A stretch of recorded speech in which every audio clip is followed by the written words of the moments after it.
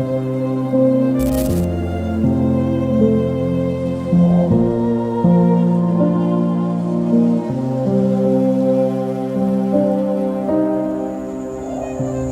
lautan yang luas, di antara gelombang yang tak mengenal batas, ada sekelompok manusia yang hidup tanpa raja, tanpa aturan, tanpa belenggu apapun kecuali kehendak mereka sendiri. Mereka bukan hanya perampok, mereka bukan hanya buronan, mereka adalah bajak laut.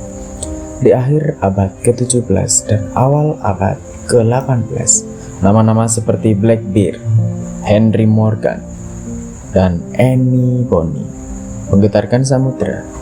Kapal dagang gemetar saat melihat bendera hitam berkibar di cakrawala. Di pelabuhan-pelabuhan yang jauh dari hukum, mereka berpesta, berbagi harta, dan menikmati kebebasan yang tak bisa didapatkan di daratan. Tapi apakah bajak laut ini benar-benar seperti yang digambarkan di film-film dan legenda? Atau ada sisi lain yang lebih gelap dari kehidupan di lautan? Mari kita bahas.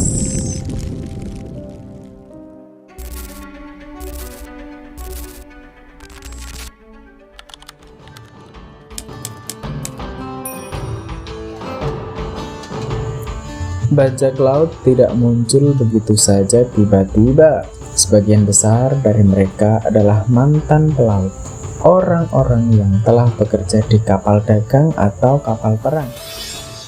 Mereka sudah terbiasa dengan kehidupan di lautan. Mereka lelah dengan kehidupan yang keras, gaji yang sedikit, dan perintah yang harus mereka patuhi tanpa pertanyaan. Jadi, jika kesempatan datang, mereka memilih jalan lain, memilih menjadi bajak laut. Dan disinilah perbedaan mereka dengan pelaut biasa. Di kapal bajak laut tidak ada raja, tidak ada bangsawan, kapten dipilih oleh kru, dan keputusan yang dibuat bersama. Bagi banyak orang miskin kala itu, hidup sebagai bajak laut lebih menjanjikan daripada hidup di bawah perintah kerajaan. Tapi meskipun terlihat bebas, hidup sebagai bajak laut tetap saja penuh mara bahaya.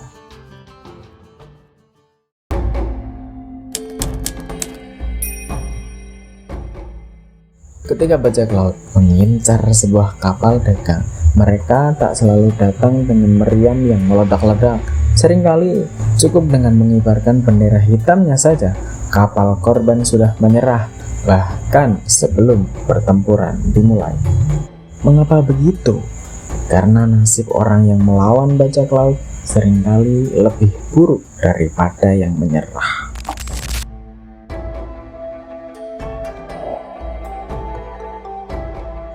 Tetapi tidak semua serangan berakhir tanpa perlawanan. Ada pula kapal-kapal yang bertarung sampai mati. Ada pula bajak laut yang tertembak sebelum bisa meraih rampasan mereka. Namun yang dramatis adalah ada juga yang akhirnya dikhianati oleh kru mereka sendiri. Tapi satu hal yang pasti, jika bajak laut berhasil, mereka bisa mendapatkan emas, perhiasan, dan barang dagangan yang bisa mereka jual di pasar gelap. Harta itu kemudian dibagi ke semua kru, tidak hanya untuk kapten saja, tapi untuk semua anggota.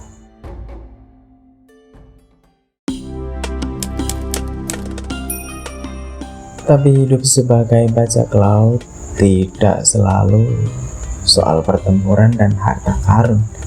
Di antara aktivitas membajaknya, mereka menghabiskan hari-hari di lautan lepas, kadang tanpa melihat daratan selama berminggu-minggu.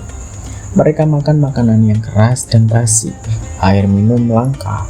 Seringkali mereka terpaksa meminum rum untuk menghilangkan dahaga. Penyakit seperti kudis dan demam tropis mengintai setiap saat.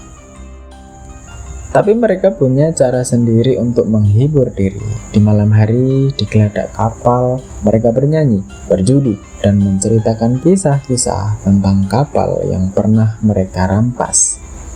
Dan ketika akhirnya mereka tiba di pelabuhan, mereka berpesta seakan itulah adalah hari terakhir mereka berada di dunia.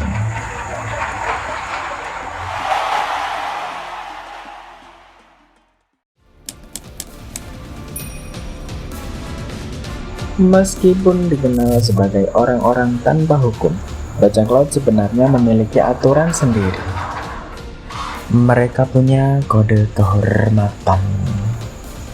Tidak boleh mencuri sesama kru. Harta harus dibagi secara adil. Jika ada perselisihan, mereka menyelesaikannya dalam perundingan. Bila tak kunjung mencapai kesepakatan, mereka menyelesaikannya dengan duel. Tapi pada akhirnya dunia tidak bisa membiarkan bajak laut berkeliaran selamanya. Di tahun 1700-an, kerajaan-kerajaan besar mulai serius memberantas mereka. Angkatan Laut Inggris, Spanyol, Perancis mulai memburu kapal-kapal bajak laut. Mereka yang tertangkap tidak akan mendapat ampunan. Beberapa dijatuhi hukuman mati di tiang gantungan. Beberapa dibiarkan mati di pulau terpencil tanpa makanan. Dan beberapa menghilang, mungkin kembali menjadi pelaut biasa, hidup dengan menyembunyikan identitas masa lalu mereka.